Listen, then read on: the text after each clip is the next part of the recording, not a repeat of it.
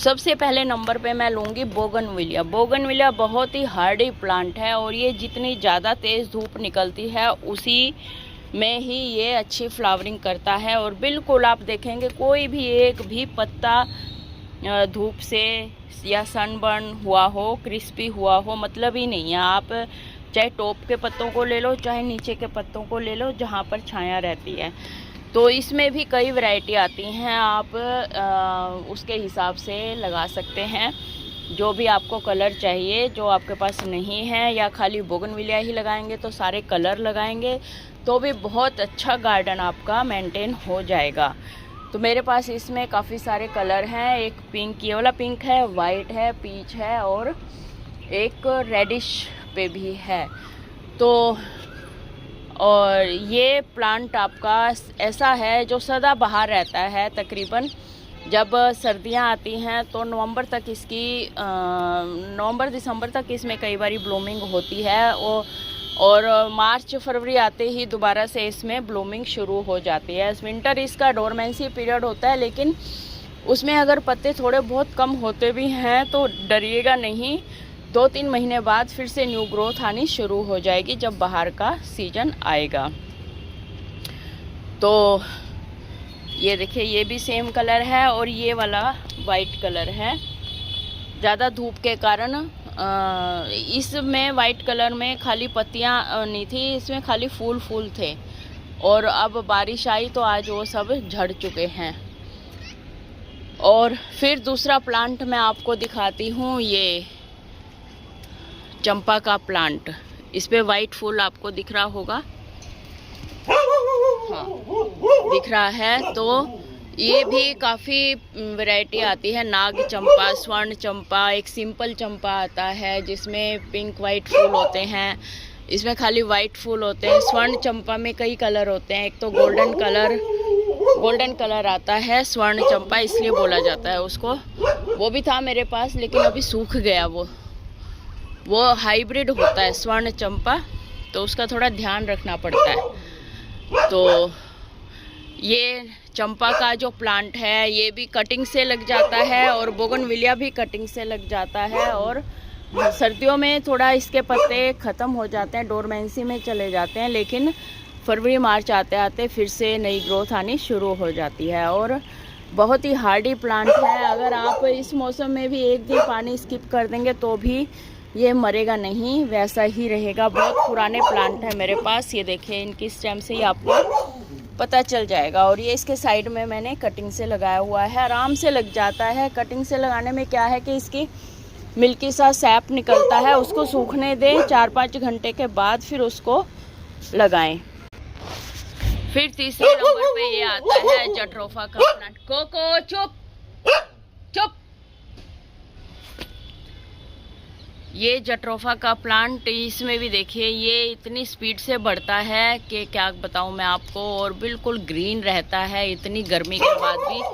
और ये ऐसे मतलब बुशी हो जाता है अपने आप ही।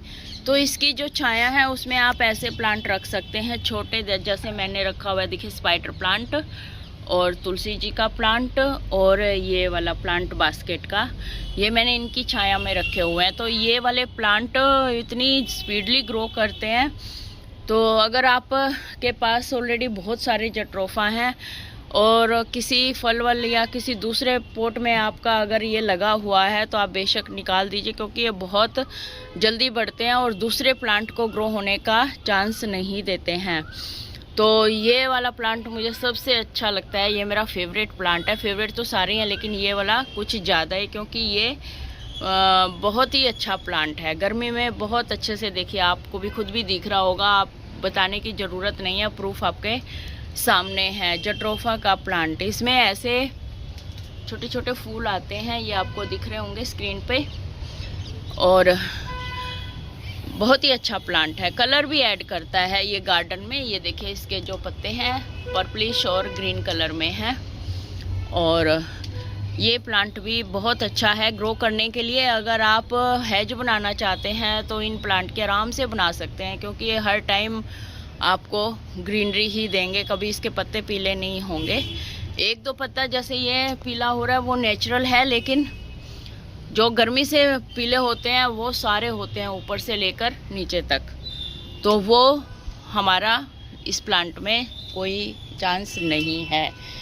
और ये तो था तीसरा प्लांट जो हम इस गर्मी में लगा सकते हैं अगर आप मेंटेन कर रहे हैं। फिर आता है हमारा जेड प्लांट। जेड प्लांट जैसा कि आपको पता है, इसको मैं इधर खींच लेती हूँ। जैसा कि आपको पता है, ये मैंने गेट की शेप दी है, इसको शेप देनी है, मतलब अभी ग्रो कर रखा है काफ़ी ये, क्योंकि मैं काफ़ी दिन से वीडियो नहीं बना रही थी। घर में नया मेहमान आया है तो उस चक्कर में मैं बहुत बिजी चल रही थी। अभी भी मैं बना तो रही हूँ, देखो कितने दिन तक बनती है। और मुझे ग्रैंड डॉटर हुई है, लक्ष्मी जी का रूप आया है हमारे घर में। और फिर ये प्लांट है हमारा ये जेड प्लांट। जेड प्लांट भी देखिए, अगर आप किसी दूसरे प्लांट की शेड में थोड़ा सा साथ में रख देते हैं तो ये प्लांट भी काफ़ी ग्रो करता है। इसकी ग्रोथ से ही आपको पता चल गया होगा। देखिए, इसको भी आप लगा सकते हैं। इसकी अलग अलग आप टोपियारी बना सकते हैं, शेप दे सकते हैं। और मैं इसको इसलिए बढ़ा रही हूँ क्योंकि मैंने एक और टोपियारी बनानी है, तो उसमें इसकी जो ये काटूंगी ना, शेप दे के स्टेम बचेंगी, वो मैं उसमें यूज करूँगी साथ के साथ। तो इसकी शेप दे दूँगी गेट की और उसमें वो यूज कर लूँगी साथ साथ काट कर। इसलिए मैं इसको अभी शेप नहीं दे रही हूँ। और इसकी आपको पता ही है 2 इंच की भी जो स्टेम है वो आराम से लग जाती है। और बहुत कम पानी की ज़रूरत होती है। बहुत ही अच्छा प्लांट है ये। देखिए, ज़्यादा धूप में ज़्यादा घनी पत्तियां आती हैं। अगर आप इसको थोड़ा छाया में रखेंगे तो ये जो स्टेम है ना, ये ज़्यादा खाली देगी और पत्तियां कम हो जाएंगी। और थोड़ा अच्छी धूप में रखेंगे तो आप ऐसे भरी भरी स्टेम पा सकते हैं। तो इसको पानी की कम ज़रूरत क्यों होती है? इसके जो पत्ते हैं ना, ये मोटे मोटे हैं, इनमें आप टच करके देखेंगे इनमें पानी भरा होता है। ये पानी भरा होता है ना, तो ये अगर आप एक दिन पानी स्किप भी कर देते हैं, 2 दिन भी कर देते हैं, तो इस पानी से वो अपना काम चलाते हैं। तो इसलिए ये प्लांट तो ज़रूर लगाएं। अगर आप कोई शेप नहीं देना चाहते तो वैसे भी ये आप लगा सकते हैं। और ये एक हार्डी प्लांट है, चौथा प्लांट हमारा।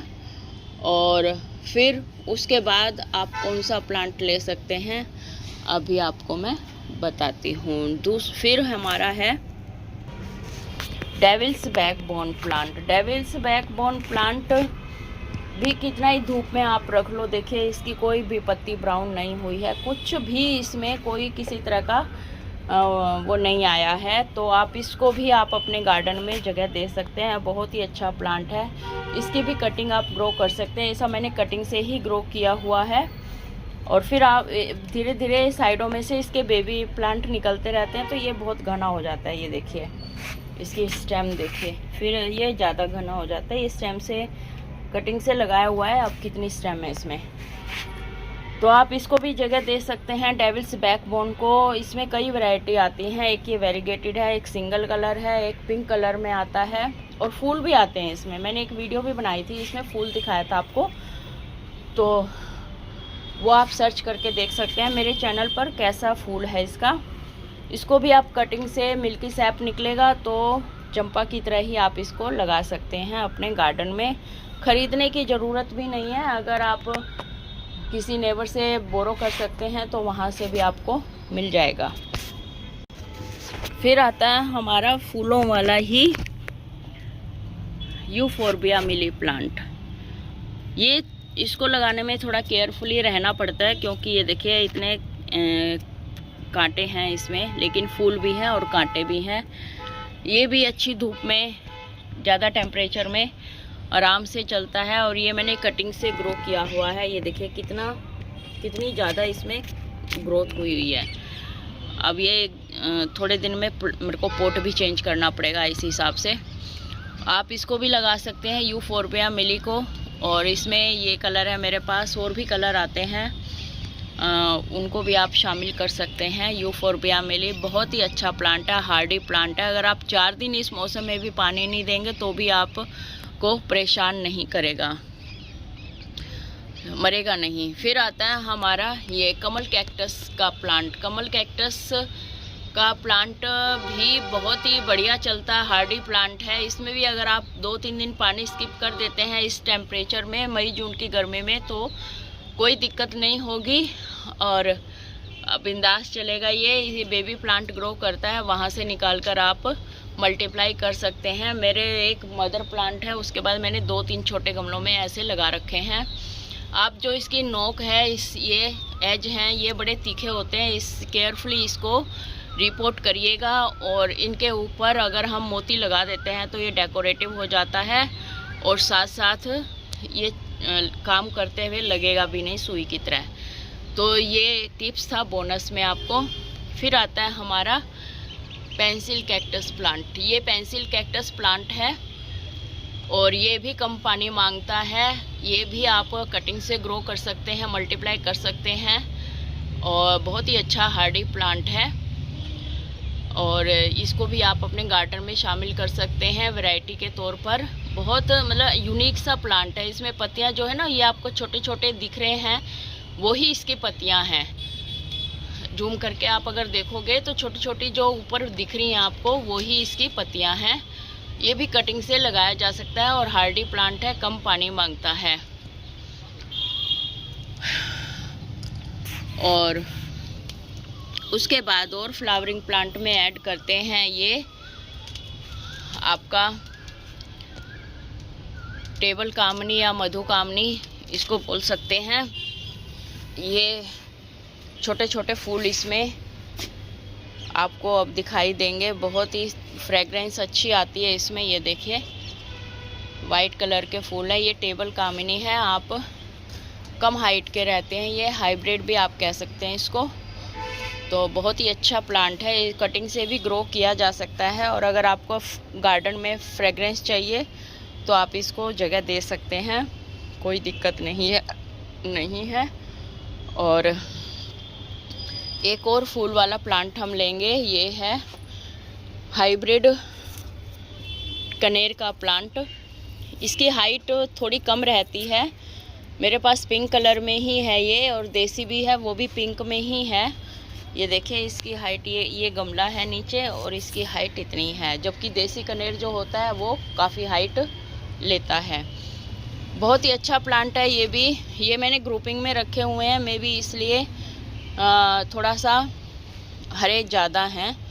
ग्रुपिंग में रखिए आप भी, नहीं तो पत्ते पीले होने शुरू हो जाएंगे। ये देखिए थोड़ा बाहर की साइड है तो इसके पत्ते ऐसे हो गए जो अच्छे नहीं लगते।